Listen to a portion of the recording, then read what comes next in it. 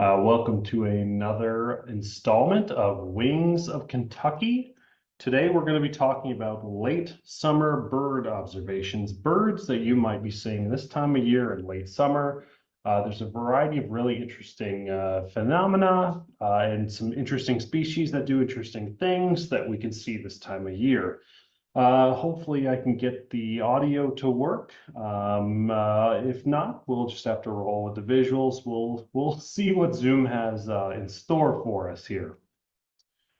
So one of the first things that you might notice about birds in this time of year is that things are a lot quieter, right?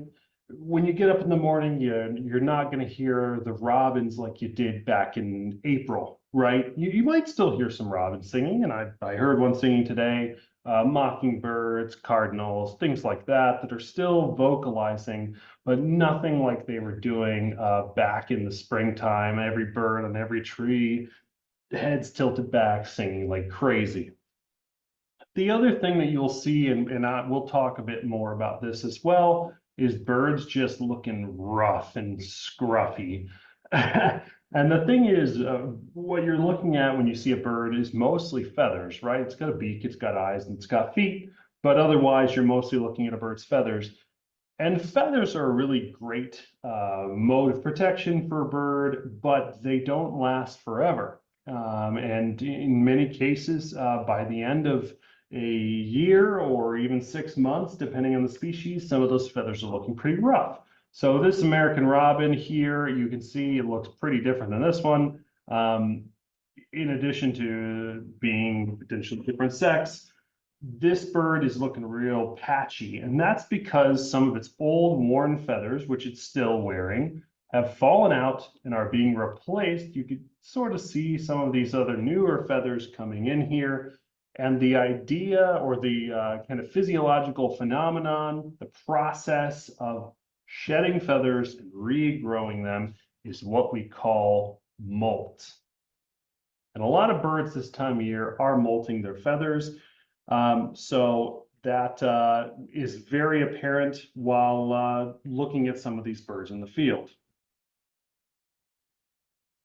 Now, in addition to seeing birds molting their feathers and seeing birds that are no longer singing and territorial, a lot of birds are finishing up their reproduction for the year.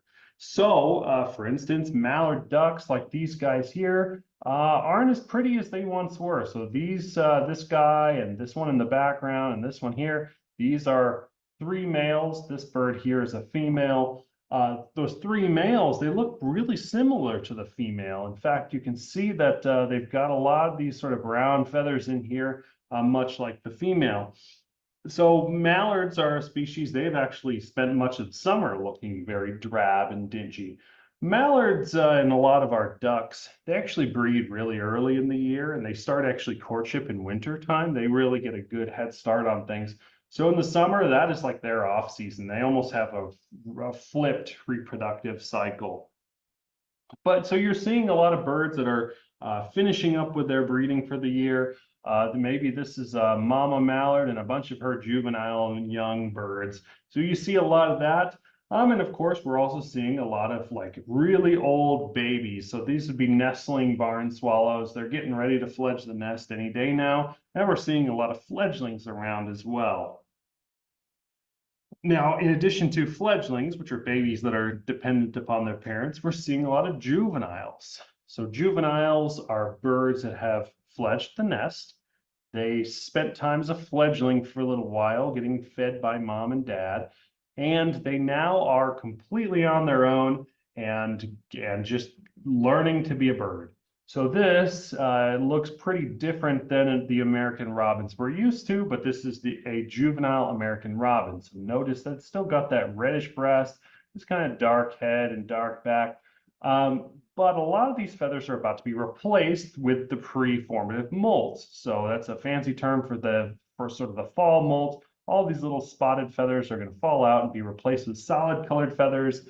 This head plumage is all going to be shed and replaced with like a sturdier, nicer looking plumage that resembles the adult feathers. And most of these spotted wing feathers are going to be shed as well. Although in many species, the robin included, they may retain a couple of these little spotted feathers that help us to identify it as a young bird later on. Now, this is a juvenile American robin. Here's a young cardinal.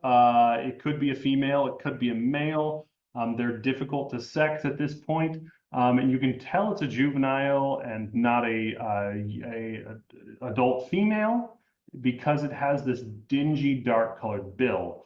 By the time the bill is orange, as is the case for a adult cardinal, males will have developed that red plumage, at least in part, and females will kind of remain drab like this and have that orange bill. Here's a red-bellied woodpecker, adult male here on the right. He's got that nice red that goes all the way to the base of the bill. And a juvenile here has no red at all. That's often very confusing bird when you see this feeder, and you can see he's begging for food from the adult.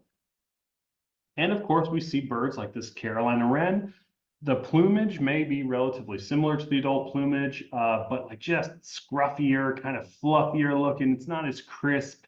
It's not as protected, which is why a lot of birds, as soon as they molt or they leave the nest, they quickly get enough energy to molt out of that young juvenile plumage and into some adult-like plumage, which is how they spend the winter. Now, this slide I know says American goldfinch breeding, and that's what I'd like to talk about here. But bear with me, this is a robin, and this is a figure showing the life cycle of the robin and when different life events happen. So for instance, this circle here is when body molt and primary flight feather molt happens, which is July, August, and September. So our birds are currently molting, regrowing those feathers. Migration, you can see we've got a fall migration and a spring migration, but that's actually not what I want to focus on. Let's look at breeding.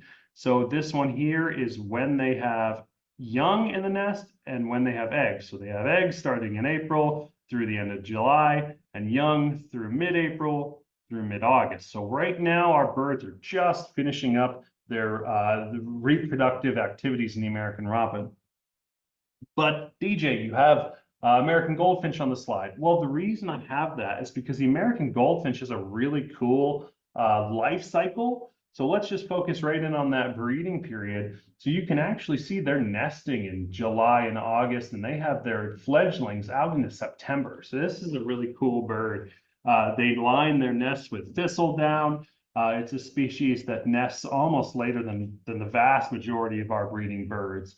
And when I think of late summer birds, I often think of the American goldfinch just because it is such a late breeder. This time of year, when these robins are all getting ready to head south, and probably some of them already are, and they're gathering in flocks, American goldfinch are still like fully in breeding mode. We're like at the middle of the breeding season for American goldfinch, and they are just really just a very conspicuous member of the bird community this time of year.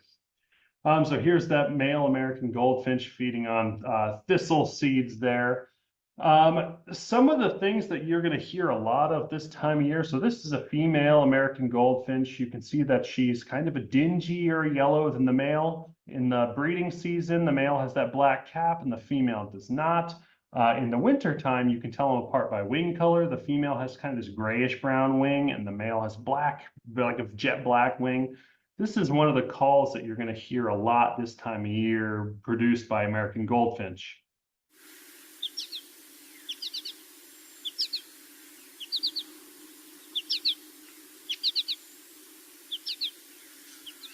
Now, it doesn't sound very special. It doesn't sound like much. It's just a little something. But the way that I remember it, and a lot of people use this mnemonic, is either perchicory, or I learned it as potato chip. Or patiti, but I like potato chip. So listen again, you'll hear this potato chip call a lot this time of year. It's produced by adults, usually when they're flying, but not always.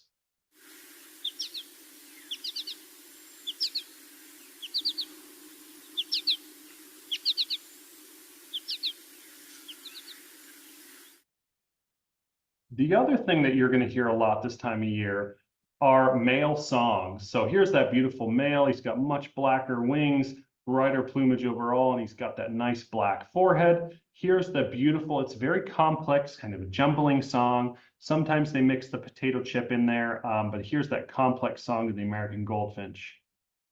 only given by adult males.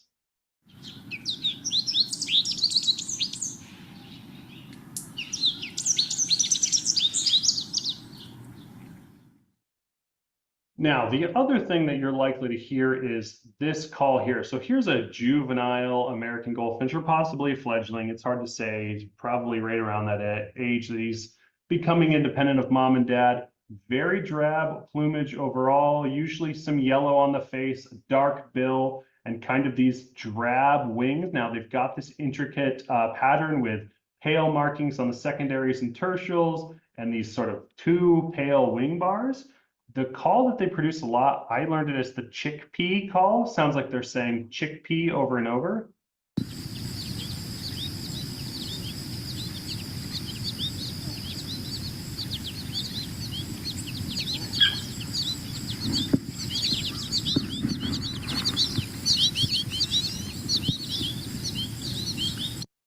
And that call is usually given by fledglings when they are harassing their mom and dad for food, just like these little guys are here. And you can probably sympathize with this poor mother goldfinch who has her hands full with these three fledglings all begging for food.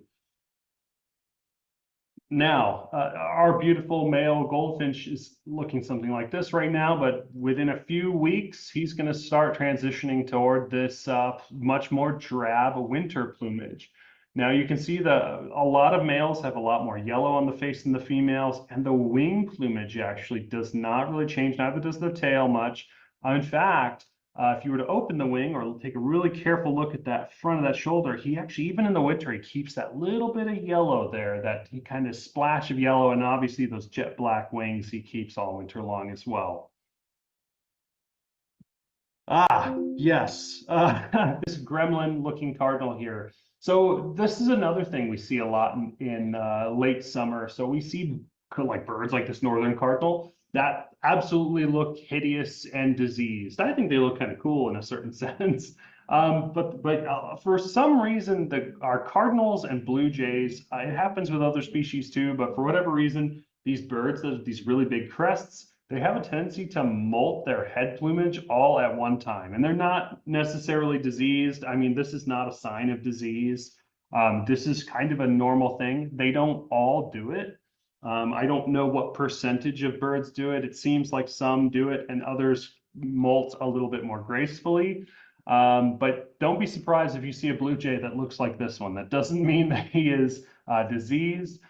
He's just undergoing quite a molt. And actually, see all these little pin feathers, as they're called, these little nubs. They kind of look like mechanical pencil lead or needles or something. Those are actually growing feathers. So actually, your bird may look like this for a while, which is pretty unsightly. But eventually, those pin feathers are going to continue growing in. He's going to look a bit more like that. Give him a week or so, he's going to look more like that, then that, and then finally he's going to be back to his old self. I've never seen a good explanation for why these two crested species tend to do this, but it's a fairly common thing and not unusual.